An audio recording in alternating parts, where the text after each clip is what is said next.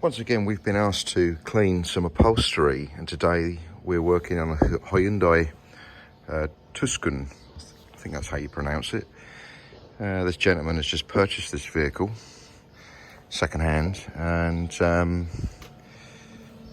there's white residue all over the fabrics.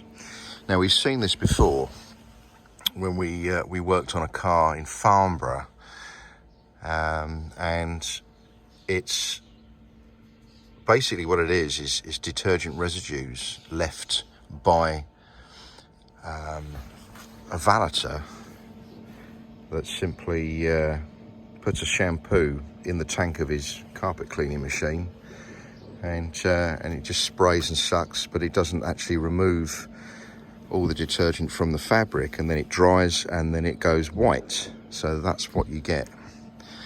Poor quality car valeting.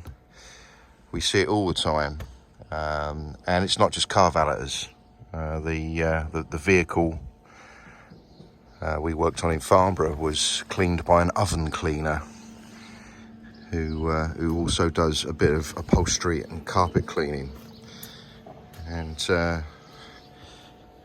it's not the first time we've cleaned up after that guy's mess, I can tell you now. Anyway, we're going to give this our best shot. Flush all the detergent residues from the fabric and give it a deep clean. And hopefully it's going to look better. Let's come back to this in a bit. Well, there you have it, folks.